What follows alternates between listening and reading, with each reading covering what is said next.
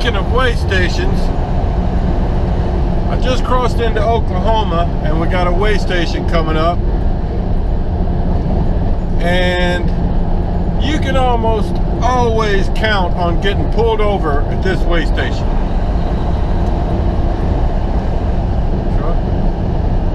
See, it's giving me a sign. Truck bypass. Oh good, I got lucky. This one's a little different, you know. On my tablet, I did not get a message to bypass, but as you might have seen they got signs on the road, digital signs back there on the right side of the road, and it was telling the truck in front of me to pull in, but it told me to bypass.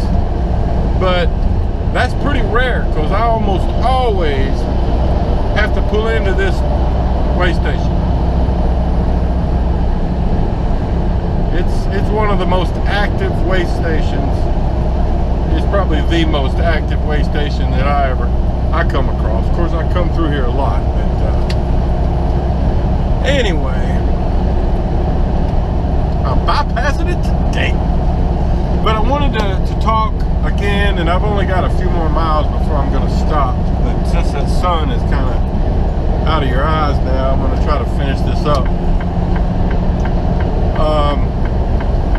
I had a couple of comments from viewers about the flatbedding, you know, that they were considering getting into trucking, but were looking at doing tankers or something else, but they kind of like what they've seen with the flatbedding, or skateboarding, as some people call it. So yeah, you know, flatbedding is different. Of course, some of the main differences are that, you know, we actually have to do more physical work. So typically our pay rate, our rate per mile is usually more than most other types. That won't apply in all cases, but typically flatbedders get paid more per mile because we probably are driving less miles than some of the, you know, like some of the van drivers or refrigerated haulers, because, you know, we spend more time securing and tarping and untarping and all of that. But one thing, now I've said this before on videos, but I enjoy the working part of flatbedding because it gives me a chance to get a little bit of exercise. I don't mind that at this point. Another thing I like about flatbedding is what we do is primarily done during the daytime, you know, from 7 a.m. to 5 p.m., 6 p.m. typically, you know. I mean, I have had some later loads, but I bet you I could count the times I've had to load or unload before 7 a.m. or after 8 p.m. on one hand over the past 2 years. And that doesn't apply, you know. I've got a friend that went through Maverick training with me who had left and is working for another company closer to where he lives. And he hauls a hopper bottom, and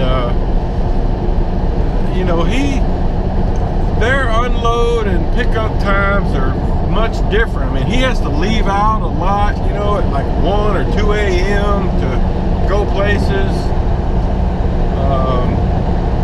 And then the Robert, the guy that trained me with Maverick, he has since moved on. You know, he was with Maverick many years, but left a year or so ago, and now has bought his own truck and doing refrigerated hauling. And he's always, because I talk to him usually at least once a week, and he's always telling me, you know, that he had to make a delivery at midnight or 5 a.m. or his unload appointment was at 1 a.m. or something crazy like that. So, you know, I kind of like having a more regular schedule. getting something that's supposed to be getting delivered at 1 a.m. Or my pickup appointment's not going to be at 4 a.m. So anyway, that's a couple of things that come to mind. All right, that's enough talking for now. See you in the morning. All right, folks, welcome to Monday morning. I'm in Muskogee. It's about 7:05. Just got here, and there was another Maverick driver in front of me, and then another driver, not Maverick. And the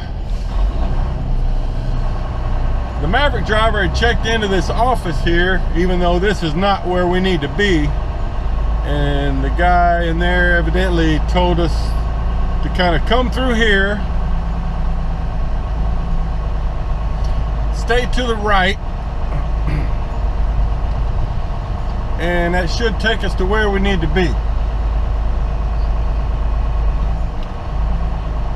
I've never been to this place before, so not really sure where we're supposed to go. Hope that sun's not in your eyes too much.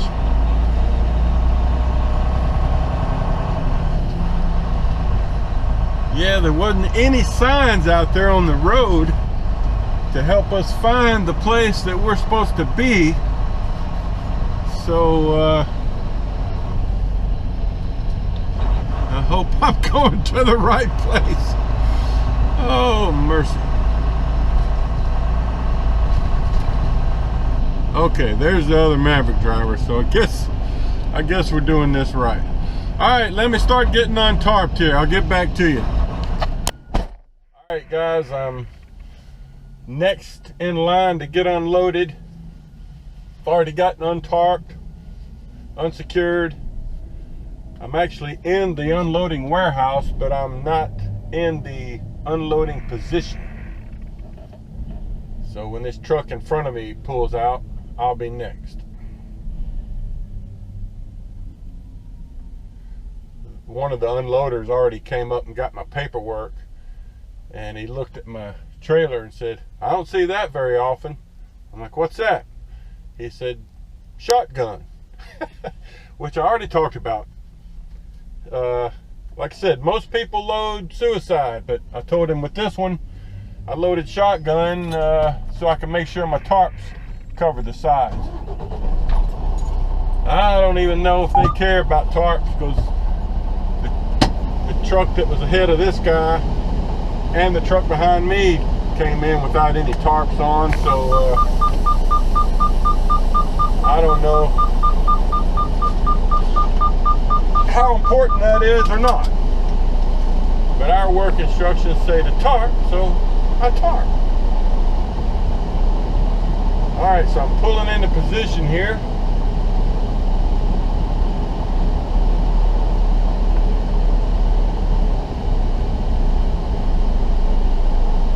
Waiting for somebody to give me a sign, but they're all talking.